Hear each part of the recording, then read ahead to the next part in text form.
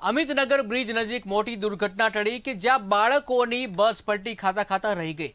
પ્રવાસ માટે વડોદરા આવ્યા હતા બાળકો, જ્યાં બાળકોની બસ અમિતનગર બ્રિજ પાસે ફસાઈ।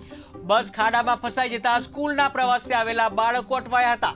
અમિતનગર નજીક ડ્રેનેજની અધૂરી કામગીરીથી મુશ્કેલી, જ્યાં બસ અચાનક નમી પડતા રાહદારીઓ મદદે દોડી આવ્યા। બસમાં બેઠેલા તમામ બાળકોને સહી સલામત બહાર કઢાયા। વડોદરા શહેરમાં આવેલ જે અમિતનગર બ્રિજ પાસે જે ગઈકાલે મીડિયાના માધ્યમથી અમે જે ઉજાગર કર્યું હતું કે જે આ જગ્યા ઉપર જે ડ્રેનેજની કામગીરી ચાલુ છે, આની અંદર કંઈક ને કંઈક મસ્ત મોટો ભ્રષ્ટાચાર થયો છે।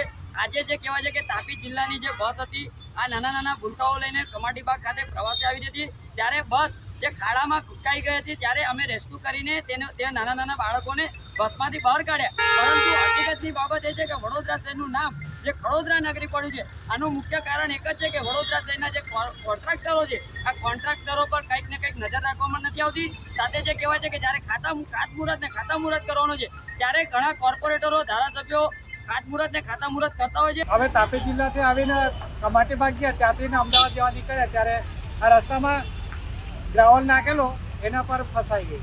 વડોદરા શહેરમાં આવેલ જે અમિતનગર બ્રિજ પાસે જે ગઈકાલે મીડિયાના માધ્યમથી અમે જે